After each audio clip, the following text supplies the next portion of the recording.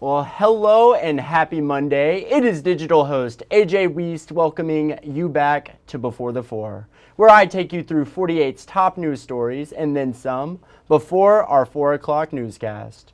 Wherever you're watching Before the Four today, thank you for spending just a bit of your Monday afternoon with me here. And you know, nothing starts the week off better than listening to your favorite song. Our 48 Facebook question of the day, what is your favorite song? So make sure to stick around for the end of today's Before the Four for our Facebook Fun segment, because I'm going to shout out a few of your favorite songs.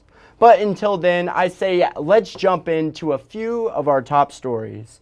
And of course, starting things off in the sports world, after a weekend where upsets certainly prevailed in college football, we have 48's Carl Prather joining in to talk about what exactly went wrong for the Crimson Tide this weekend. Carl, thank you so much for joining in. How are you doing after such a crazy weekend? It's been an incredible weekend of college football games at AJ for Tennessee Valley and North Alabama. We had 5 of the top 10 teams in the country lose in the AP Top 25, including, of course, the Crimson Tide of Alabama, #1 in the country, upset by the Commodores of Vanderbilt. Let's first and foremost give all of the credit to Vanderbilt for winning the game. I don't want to make sure that that's not lost in how well Clark Lee and his staff and offensive coordinator Tim Beck were able to execute a game plan. Clark Lee obviously on defense, calling the defense there as well, and just a historic program-defining win, one of those wins that will forever be etched in Vanderbilt lore and really college football lore from the standpoint of a #1 team with the cachet, the brand of Alabama, losing that game to a program that many within the Southeastern Conference and across the country may have considered one of your lower level Power 4 teams within the world of college football. But make no mistake about it, Clark Lee and company executed, had a great game plan, and just what a scene in Vanderbilt and all of the things they have going with their athletic department. As crazy as everyone watched the game, just all of the construction being done across the campus and at the Vanderbilt facility there. So, man, what a win. What a great weekend of college football. And obviously, now it's the questions for Alabama is where do they go from here? And obviously, that's getting ready for a really talented South Carolina team at home on Saturday.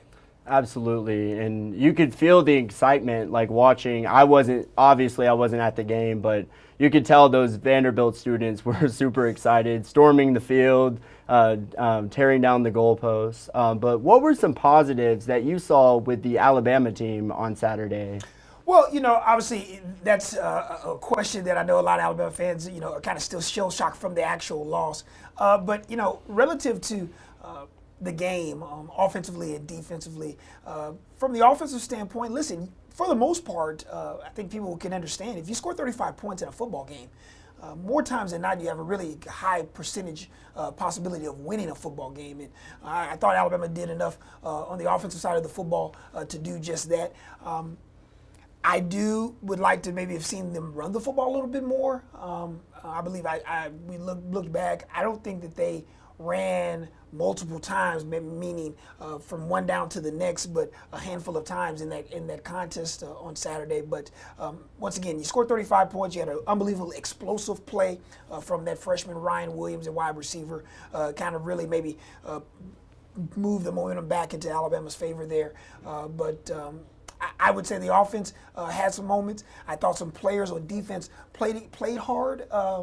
Most notably to me, Deontay Lawson and Jihad Campbell at the linebacker position. When you're dealing with a new defensive system there with Coach Kane Womack and what they like to instill in that 4-2-5, you know, your linebackers have to do a lot in the middle of the field. And man, you could just tell just from their effort, just running sideline to sideline, as you kind of got into the game, third, fourth quarter, you could tell they were extremely tired. But I feel like they had solid games. Obviously, as a whole, as defense, you would like to see better there, especially on the back end with some young guys there that haven't been in those spots before. I think that any college football fan or fans that follow Alabama would understand that, you know, they have some talented guys back there on the back end, but they're just young. They haven't done this before. And when you're dealing with a team in Vanderbilt that's a veteran-laden group, and what I mean by that is Diego Pavia comes from New Mexico Mexico State. The great coach Jerry Kill, who was the head coach of New Mexico State, now over at Vanderbilt as a consultant to Clark Lee. Tim Beck, the offensive coordinator of New Mexico State, also came over. The tight end there, Sowers, he also was at New Mexico State. So the entire playbook and what they want to try to establish there was there. And, we always say in football, coaches say it all the time, the tape doesn't lie. You have to remember, Vanderbilt went to overtime on the road against Missouri out in Columbia, Missouri, and almost came away with a win there. I know fans here in the Yellowhammer State are familiar with New Mexico State and Diego Pavia from last year, New Mexico State with the upset win over Auburn at Auburn a year ago. So there were a lot of things there from a tape-wise that made you believe that this game, for sure, in my opinion, humble opinion, was going to be close, a single-score game at best, or a game-winning field goal by one of these two teams. I didn't go out on the limb to think that Vanderbilt would win the game, but I definitely did think from just the outset and where this game could have went, that this was going to be a one-score game, a go-ahead touchdown, a field goal, something of that nature. But credit once again to Vanderbilt. Did not expect them to win the game, but that's what you do, and that's why we get to play this beautiful game and watch it unfold firsthand, and that's what Vanderbilt did on Saturday. Right, a sneaky good team there, Clark Lee and those Commodores. You mentioned South Carolina for Alabama football. It's on to the next. But how do you think Coach DeBoer and the Crimson Tide will respond after this loss? The one thing that I was impressed with Coach DeBoer earlier this afternoon, so for those new or familiar with the way Alabama does their media during the week on Mondays under new coach Kalen DeBoer, we hear from the offensive defensive coordinators, so Nick Sheridan and Kane Womack on offensive defense, and then we also hear from Coach DeBoer on Mondays as well. We'll hear from players coming up tomorrow, but listening to their press conference, and we'll have more from them coming up tonight at 6 and 10. Same, even keel, steady, not sweating whatsoever from what they want to, their process of establishing what they want to do for the game week. What I mean by that, I know some fans may ask, man, we want to see some fire and some energy from Coach DeBoer, but there's a reason why Coach DeBoer has been so successful in his career, leading to him getting this job. You stay even keel, stay who you are, stay true to who you are in the process of establishing what you want to do on a week-to-week basis. It did not turn out the way that you would have liked as Alabama fans or college football fans envisioned with this big upset, but he was very steadfast on getting back to work, understanding some of the little things that need to be cleaned up that ultimately kind of bubbled to the surface for them to lose this game on Saturday. So very impressed with him this week, today, as they prepare for South Carolina, and the same for Coach Womack and Coach Sheridan. It was more accountability on the game plan, not executing said game plan, and now moving forward, because let's be real, this is a week-to-week game in a season, and every single goal that Alabama has is still in front of them, regardless of if they lose this game or if they didn't lose the game. Everything is still ahead of them, and what better way to kind of bounce back potentially against a very talented South Carolina team on Saturday. So yeah, AJ, I would say that to you and to all of our viewers. Very, very pleased and impressed with just the way that he kind of just kept everything the same. And what I mean by that is, don't do anything out of the ordinary. Continue to go through your process of how you handle your organization and move forward. We'll see. I believe they hit the practice fields tomorrow for the first time. They met yesterday after they got back, and I'm very excited to see what happens as they go through work this week, and then of course as they get ready for that game on Saturday. Absolutely.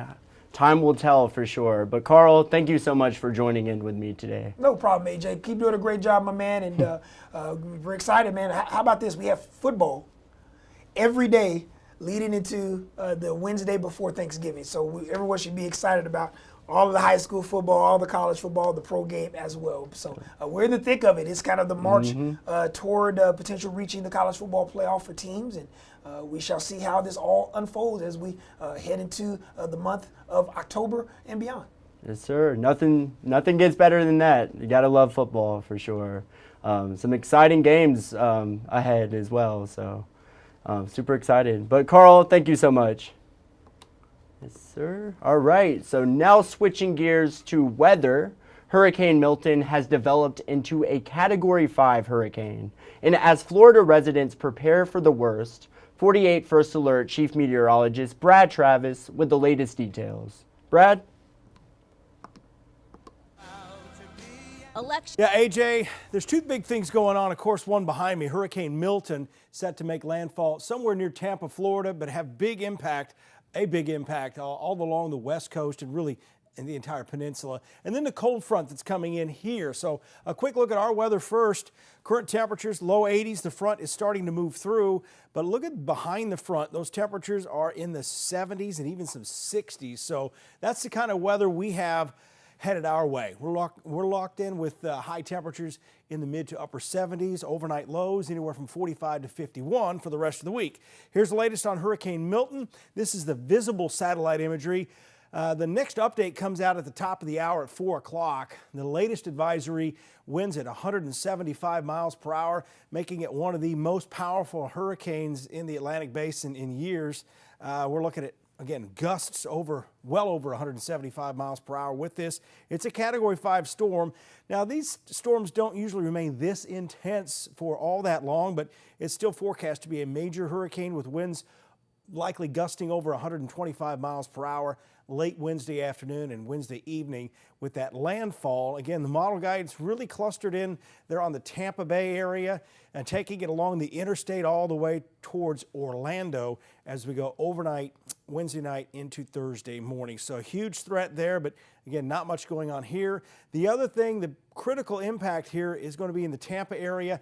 On the current forecast track, they could see 10 to 12 foot storm surge in Tampa Bay. As far as the wind gusts, you can see they're far reaching up to Panama City, probably looking at tropical storm force gusts, but a very large, impactful hurricane for central Florida, and it continues to move out to sea as we get into Thursday morning. Around here, very little impact, but we'll be thinking about those folks down there in Florida over the coming hours.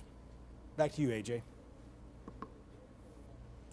Thank you, Brad. And as Tropical Storm Milton makes its way to Florida, counties are starting to make preparations and setting up sandbag sites. Spencer Tracy takes us to Seminole County, where people are not waiting around and getting a jump start.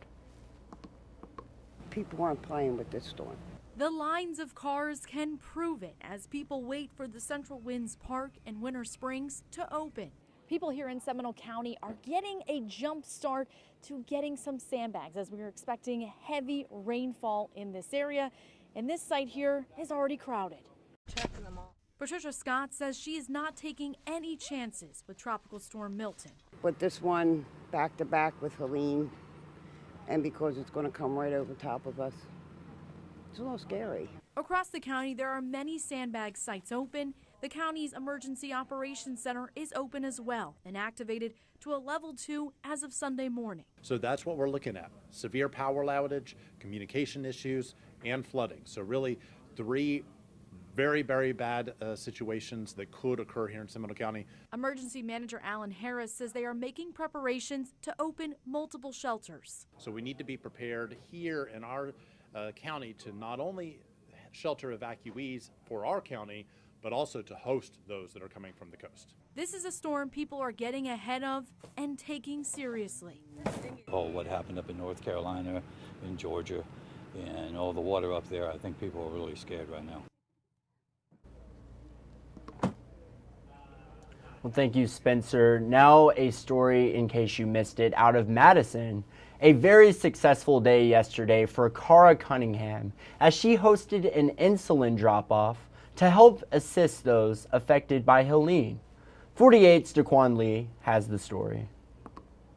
We have received everything from insulin, glucometers, glucose monitors, insulin pens, lancets, syringes, electrolytes, sugar-free electrolytes, low glucose snacks such as Smarties, candies, stuff like that. Everything, you name it. Sunday was a wild success for Kiara Cunningham. She hosted an insulin drop-off at Rosetta Nursery on Highway 72 in Madison as a way to get medical supplies to communities impacted by Hurricane Helene. We felt helpless and we knew we wanted to help, but we couldn't be boots on the ground at that time. So we just thought, what would we do if we were in their shoes? And then Cohen, our type 1, came to mind, and that was like, that's it. We know people want to help and we know there's a need for these things. So we'll start it. With guidance from organizations like the Red Cross and FEMA, she's making sure these supplies go exactly where they're needed and making sure everything is safe. She also received donations from other parents and diabetics who wanted to contribute to a good cause. We donated some insulin pens. My daughter a few years ago, Natalia, went from using pens, injections, to the Omnipod. So we really don't use pens very much, so we were able to offload those. Natalia says she's glad to be able to make a difference in someone else's life. I feel really good about it because people are struggling because they can't get their medicine because everything they had was destroyed. So I'm really glad to help out.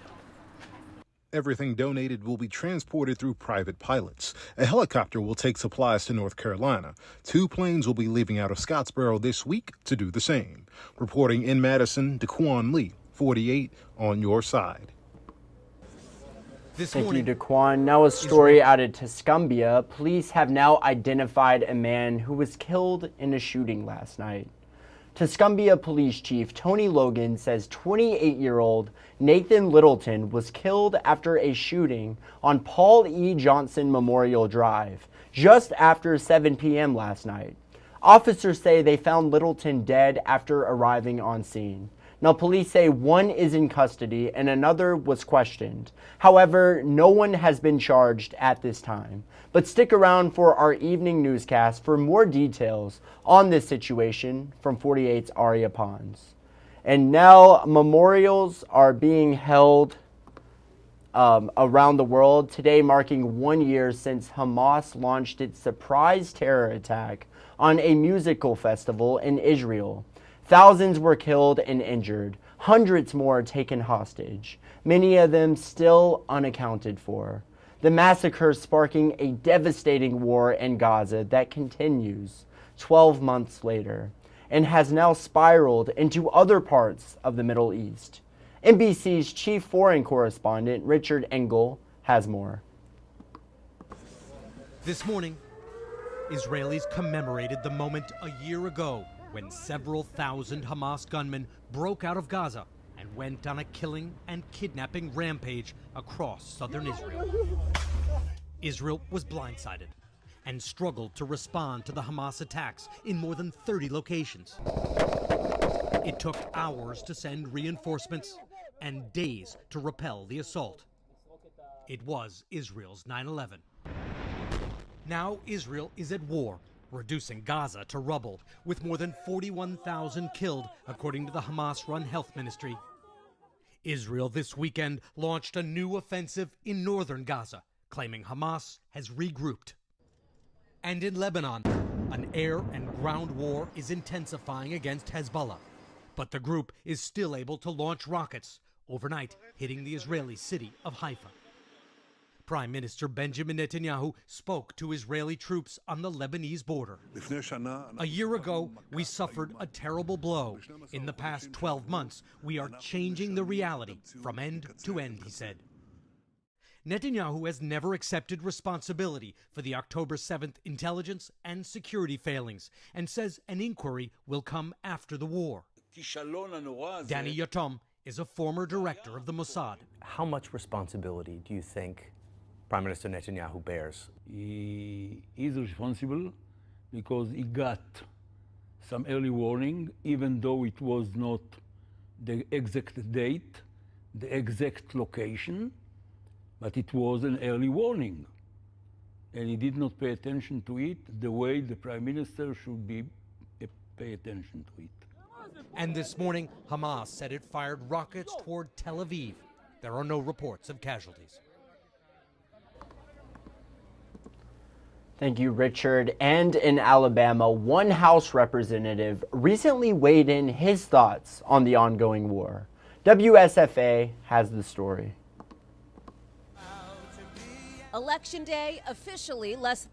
It's been a tragic year in the Middle East since the October 7th attacks on Israel by Hamas that killed over 1,000 Israelis. Since that day, according to the Israeli military, over 700 Israeli soldiers have been killed, and the Palestinian Health Ministry says over 40,000 Palestinians have also been killed. So it has been a hard year, so we are looking forward to a more peaceful year ahead, a year of even more goodness, a year of people coming together and not having any more terrorism or any more hatred. Alabama House Representative Philip Ensler emphasized that Hamas isn't the only threat currently facing Israel. Israelis are facing threats from Hezbollah in the north in Lebanon. They're facing threats then from Hamas, and then facing threats from the Houthis who are operating out of Yemen, and then of course from Iran. For the Jewish community, the solemn one-year mark since the attacks comes during the buildup for a sacred holiday that's been celebrated for thousands of years, Yom Kippur. And that's a day of fasting, so it's a day where a lot of Jewish people really are thinking again about things that they want to improve on, ways they want to be even better, ways they want to serve God even more in the year ahead. Simon Schuessler, WSFA 12 News. Well, thank you, Simon. And 48's Noah Cowell will have more on the anniversary of the Hamas attacks in our evening newscast. But now to the race for the White House. With Election Day 4 weeks from tomorrow, former President Trump and Vice President Harris are campaigning heavily in battleground states. As Harris launches a media blitz, NBC's senior Washington correspondent Hallie Jackson has the latest. Election day officially less than a month away this morning, and amping up the attacks, former President Trump in battleground Wisconsin. Kamala's a disastrous, radical, and grossly incompetent vice president. Mr. Trump, Saturday, back in Butler, Pennsylvania, the scene of the first assassination attempt against him, picking up his speech where he left off in July. As I was saying, and touting the endorsement of billionaire Elon Musk. The Harris-Walz team, for its part, kicking their media messaging into higher gear with broadcasts and podcasts, many with friendly interviewers, though Walz appeared on Fox News. On 60 Minutes, Harris pressed on the U.S. relationship with the Israeli Prime Minister. Do we have a real close ally in Prime Minister Netanyahu?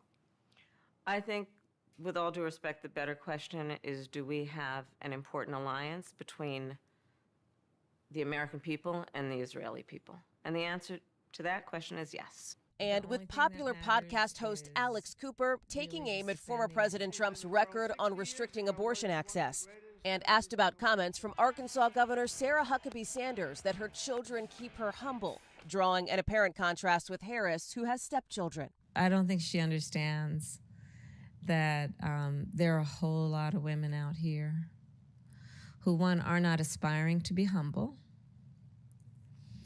Two, a whole lot of women out here who have a lot of love in their life. This is not the 1950s anymore.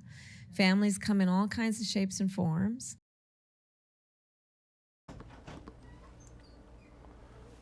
Well, thank you. Now let's head into the stories you're just not going to want to miss in our evening newscast. A new boating course offered to sharpen up those water skills. Get that story. Another story you're just not going to want to miss. The latest on the first baby box coming to the Shoals. And finally, details on how a breast cancer risk assessment works. Get those details. And these are just a few of the stories you're just not going to want to miss in our evening newscast. And you guys have been extremely patient waiting for it. So I think it is just about that time. It is time, of course, for Facebook fun. Let's see. You guys already know the question. What is your favorite song? The best way to start off the week, for sure. Let's see, what's y'all's favorite song? Let's see, Rusty Phillips, he said Comfortably Numb, a very good song by the one and only Pink Floyd, of course. Very good song. Rusty, awesome choice. That's an awesome choice there. Rusty, thank you so much for commenting. Glinda said, "Here Comes the Sun" by the Beatles, an absolute classic. Such a pretty song, and especially like on sunny days, and really in the fall, like this time of year.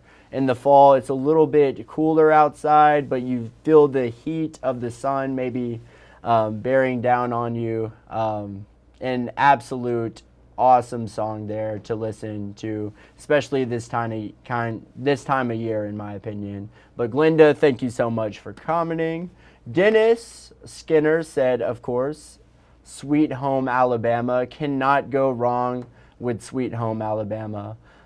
Dennis, thank you so much for commenting. And then Patricia said, "What a Wonderful World" by Louis Armstrong.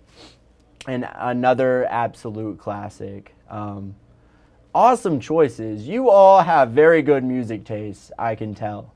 But everyone who commented today, thank you so much for commenting on our 48 Facebook question of the day. But that is just about all the time I have in today's Before the Four. But I want to thank you all for sticking around with me, starting your week off here on Before the Four. If you haven't done so already, make sure you download the 48 Digital app, the 48 First Alert Weather app, and of course the 48 Sports Zone app.